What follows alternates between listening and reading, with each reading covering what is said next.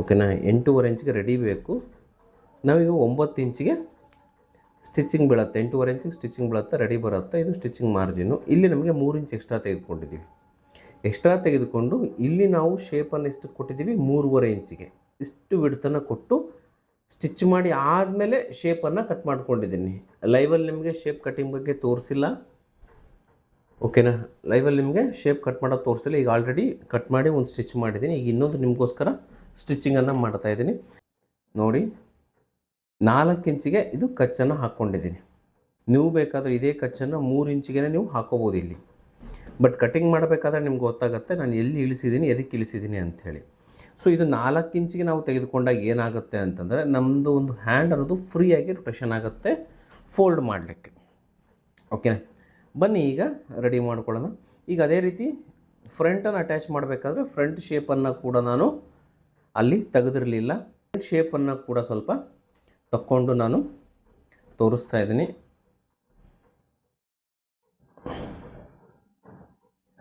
ಓಕೆನಾ, ಎಷ್ಟಕ್ಕೆ ತಕ್ಕೋಬೇಕು ಮತ್ತು ಯಾವ ರೀತಿ ತಕ್ಕೋಬೇಕು ಇದನ್ನು ನೋಡಿ. ಇದನ್ನು ತೋರಿಸ್ತೀನಿ ನಿಮಗೆ. ಆಗಲೇ ನಿಮಗೆ ಈಸಿ ಆಗುವಂಥದ್ದು ಮತ್ತು ಕ್ಲಿಯರಾಗಿ ಅರ್ಥ ಆಗುವಂಥದ್ದು ಫ್ರಂಟ್ ಶೇಪ್ ಹೆಂಗೆ ತೆಗಿಬೇಕು ಅಂತಕ್ಕಂಥದ್ದು. ಓಕೆನಾ, ಈಗ ನೋಡಿ ನಾವೆರಡೂ ಇಲ್ಲಿ ಜಾಯಿಂಟನ್ನು ಮಾಡ್ತೇವೆ. ಈಗ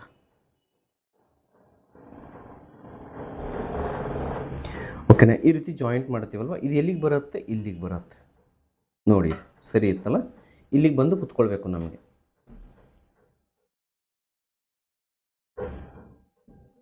ಪಿನ್ ಬೇಕಾದರೆ ಹಾಕ್ಕೊಂಡು ನೀವು ಯೂಸ್ನ ಮಾಡ್ಬೋದು, ಏನೂ ತೊಂದರೆ ಇಲ್ಲ. ಇದು ಇನ್ನೂ ಸರಿಯುತ್ತೆ. ಓಕೆನಾ, ಇದು ಇನ್ನೂ ಸರಿಯುತ್ತೆ. ಎಲ್ಲಿವರೆಗೂ ಸರಿಯುತ್ತೆ ಅಂತಂದರೆ ಸ್ಲೀವ್ಸ್ ಅಟ್ಯಾಚ್ ಆಗೋವರೆಗೂ ಸರಿಯುತ್ತೆ. ಓಕೆನಾ, ಇಷ್ಟು ಸರಿಯುತ್ತೆ. ಈಗ ನಮಗೆ ಶೇಪ್ ಎಲ್ಲಿ ತಕ್ಕೋಬೇಕು ಅಂತಂದರೆ ಇದನ್ನು ಈ ರೀತಿ ಟರ್ನ್ ಮಾಡಿಕೊಂಡಾಗ ನಿಮ್ಗೆ ಗೊತ್ತಾಗುತ್ತೆ ಎಲ್ಲಿಂದ ಶೇಪನ್ನು ಸ್ಟಾರ್ಟ್ ಮಾಡಬೇಕು ಮತ್ತು ಯಾವ ರೀತಿ ತೆಗಿಬೇಕು ಅಂತಕ್ಕಂಥದ್ದು. ಈಗ ನಾವು ಶೇಪ್ ತೆಗೆಯುವಂಥದ್ದು ಎಲ್ಲಿ ಅಂತಂದರೆ ಇದೇ ಭಾಗದಲ್ಲಿ ಶೇಪನ್ನು ಇದೆಷ್ಟು ಕಾಣ್ತಾ ಇದೆ ಇಷ್ಟು ಶೇಪನ್ನು ನಾವು ತೆಗಿಬೇಕಾಗತ್ತೆ. ಓಕೆನಾ, ಪರ್ಫೆಕ್ಟಾಗಿ ಬರುತ್ತೆ. ಇಷ್ಟೇ ಶೇಪ್ನ ತೆಗೆಯುವಂಥದ್ದು ನಾವು, ಅದಕ್ಕಿಂತ ಜಾಸ್ತಿ ನಾವು ತೆಗೆಯೋ ಹಾಗಿಲ್ಲ.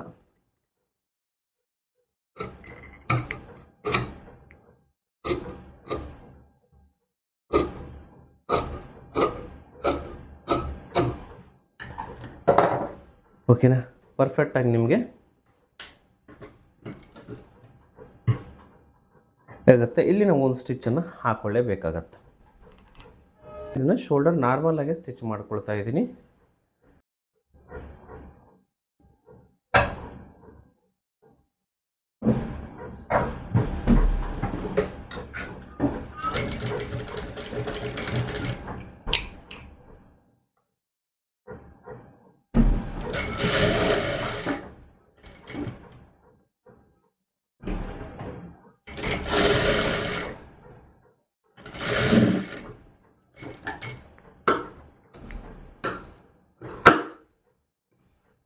ಮಾಡಬೇಕು, ಇಲ್ಲಿವರೆಗೆ ಸ್ಟಿಚಿಂಗನ್ನು ಮಾಡ್ಕೊಳ್ಳಿ. ಓಕೆನಾ,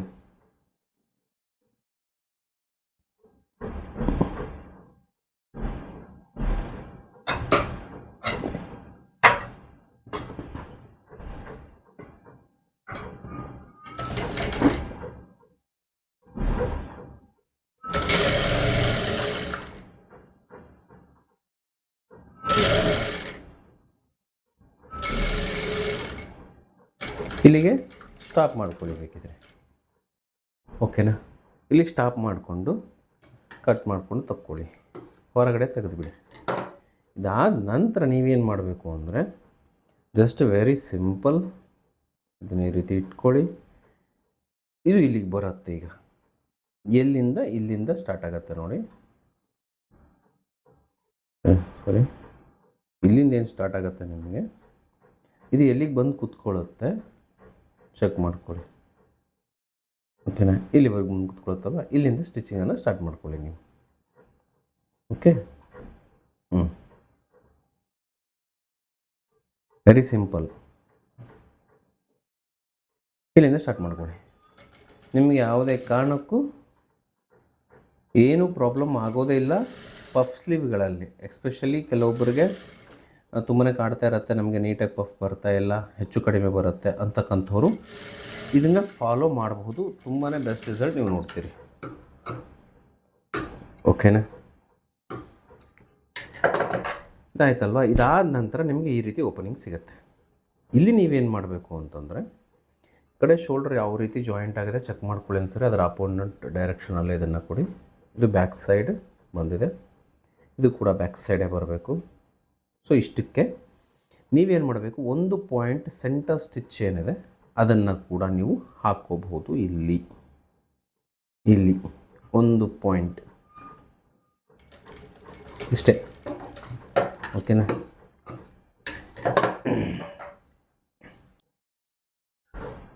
ಓಕೆನಾ? ಈಗ ನಿಮಗೆ ಸ್ವಲ್ಪ ಜೂಮ್ ಮಾಡಿ ತೋರಿಸ್ತೇನೆ, ಪರ್ಫೆಕ್ಟಾಗಿ ಅರ್ಥ ಆಗುತ್ತೆ ಯಾವ ರೀತಿ ಫೋಲ್ಡಿಂಗ್ ಮಾಡಬೇಕು ಅಂತಕ್ಕಂಥದ್ದು. ಈಗ ನೋಡಿ, ನಮಗೆ ಫೋಲ್ಡಿಂಗ್ ಇಲ್ಲಿ ಬೇಕಲ್ವ, ಇದು ಸೆಂಟರ್ ಪಾಯಿಂಟ್, ಇದು ನಮಗೆ ಫೋಲ್ಡಿಂಗ್ ಪಾಯಿಂಟ್. ನಾವು ಸ್ಟಿಚಸ್ ಇಲ್ಲಿಂದನೇ ಸ್ಟಾರ್ಟ್ ಮಾಡುವಂಥದ್ದು ಮತ್ತೆ. ಓಕೆನಾ? ಇಲ್ಲಿಂದ ಸ್ಟಿಚಸ್ನ ಸ್ಟಾರ್ಟ್ ಮಾಡ್ತೀರಿ. ಈಗ ನಮಗೆ ಇಲ್ಲಿ ಆಲ್ರೆಡಿ ಜಾಯಿಂಟನ್ನು ಮಾಡ್ಕೊಂಡಿದ್ದೀನಿ. ಈಗ ನಾವು ಫಸ್ಟ್ ಫೋಲ್ಡ್ ಈ ರೀತಿ ಟರ್ನ್ ಮಾಡ್ಕೊಳ್ಳಿ.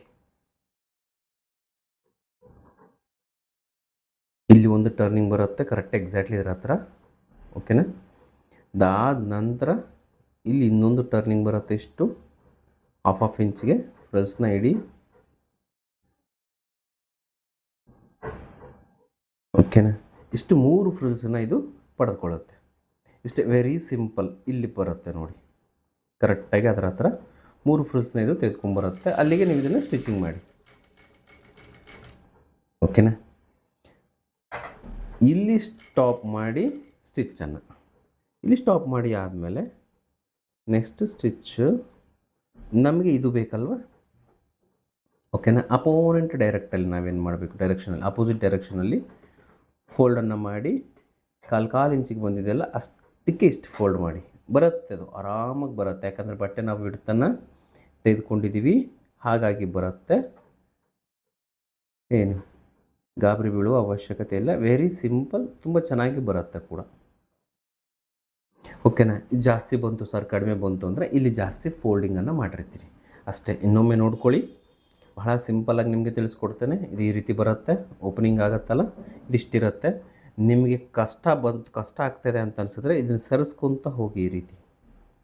ಓಕೆನಾ? ಇದು ಹೆಂಗಿದೆ ಹಂಗೆ ಸರಿಸ್ಕೊತ ಹೋಗಿ, ನಿಮಗೆ ಈಸಿ ಆಗ್ತಾ ಹೋಗುತ್ತೆ ಫೋಲ್ಡಿಂಗ್ ಮಾಡೋದು. ಓಕೆನಾ? ಇಲ್ಲಿಗೆ ಇಲ್ಲಿ ಹಿಡ್ಕೊತ ಹೋಗಿ ಹಿಂಗೆ ದೂಕ್ತಾ ಹೋದರೆ ನಮಗೆ ಎಕ್ಸ್ಟರ್ನಲ್ ಬಟ್ಟೆ ನಮಗೆ ಸಿಗುತ್ತೆ. ಓಕೆನಾ? ಎಷ್ಟು ಸಿಗುತ್ತೆ ನೋಡ್ಕೊಳ್ಳಿ. ಅಷ್ಟಕ್ಕೆ ನಾವು 3 ಫೋಲ್ಡಲ್ಲಿ ಮಾಡಿದ್ವಿ, ಸೇಮ್ 3 ಫೋಲ್ಡರ್ ನಾವಿಲ್ಲಿ ಮಾಡ್ಕೋಬಹುದು. ಓಕೆನಾ?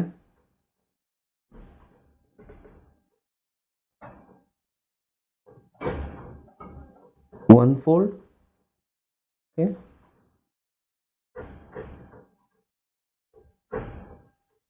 Very simple.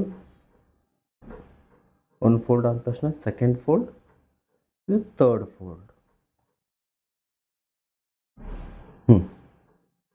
ಓಕೆನಾ? ಇಲ್ಲಿ ನಮ್ಗೆ ಕರೆಕ್ಟ್ ಲೆಕ್ಕ ಸಿಕ್ತು. ಸೊ ಏನು ಮಾಡಬೇಕು, ಸ್ಟಿಚಸ್ಸನ್ನು ಕಂಟಿನ್ಯೂ ಮಾಡಿ. ಓಕೆನಾ? ಅಲ್ಲಿಗೆ ಅದಾದ ನಂತರ ಜಸ್ಟ್ ಈ ರೀತಿ ಇಟ್ಕೊಳ್ಳಿ. ನಿಮಗೆ ಇಲ್ಲಿ ಶೇಪ್ ಸ್ಟಿಚಿಂಗ್ ಅನ್ನೋದು ಸಿಗುತ್ತೆ. ಓಕೆನಾ? ಇಲ್ಲಿ ಏನಾದರೂ ಡೌಟ್ ಇತ್ತು ಅಂದರೆ ಸ್ವಲ್ಪ ಹಿಂಗೆ ಮೂವ್ ಮಾಡ್ಕೊಳ್ಳಿ ಲಾಸ್ಟ್ ಫ್ರಿಲ್ಸ್ನ, ಆಗ ನಿಮಗೆ ಕರೆಕ್ಟಾಗಿ ಸಿಗುತ್ತೆ ಇಲ್ಲಿ.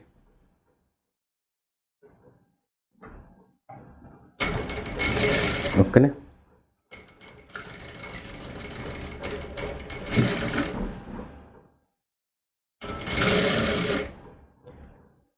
ಇಲ್ಲೇನು ಮಾಡಬೇಕು, ಕಂಟಿನ್ಯೂ ಮಾಡ್ಕೊಂಬಿಡಿ. ಅದಾದ ನಂತರ ಈ ರೀತಿ ತಿರುಗಿಸಿ ಇನ್ನೊಂದು ಸ್ಟಿಚ್ಚನ್ನು ನೀವು ಹಾಕಬೇಕು. ಓಕೆನಾ?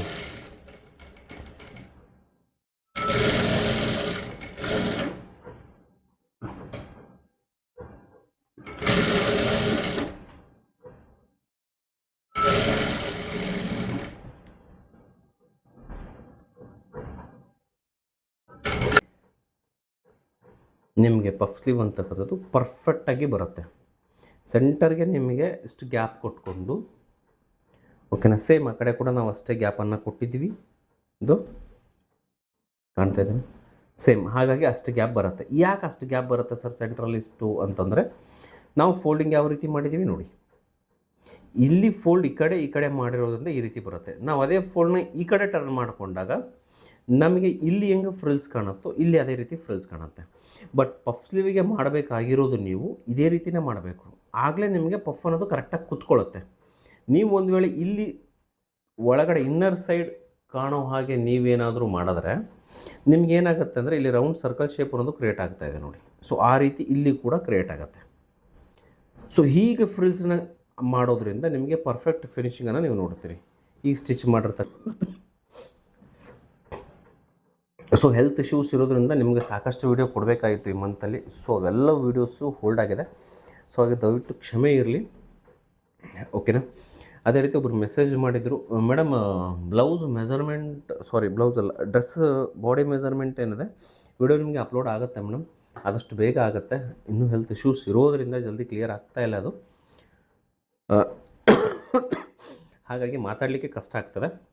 ಸೊ ಹಾಗಾಗಿ ಸ್ವಲ್ಪ ಡಿಲೇ ಆಗ್ತದೆ. ಸೊ ಇದೊಂದು ಕೊಡಬೇಕಾಗಿತ್ತು. ಸೊ ಹಾಗಾಗಿ ಇದನ್ನು ಕೊಟ್ಟಿದ್ದೀನಿ. ಸೊ ಯಾರೆಲ್ಲ ಯೂಟಿಲೈಸ್ ಆಗುತ್ತೆ ಪ್ರತಿಯೊಬ್ಬರು ಯೂಟಿಲೈಸ್ ಮಾಡ್ಕೊಳ್ಳಿ. ಇದರ ವಿಡಿಯೋ ನಿಮಗೆ ಆಫ್ಟರ್ ವೇರಿಂಗ್ ವಿಡಿಯೋ ಕೂಡ ನಿಮಗೆ ಶೇರ್ ಮಾಡ್ತೀನಿ,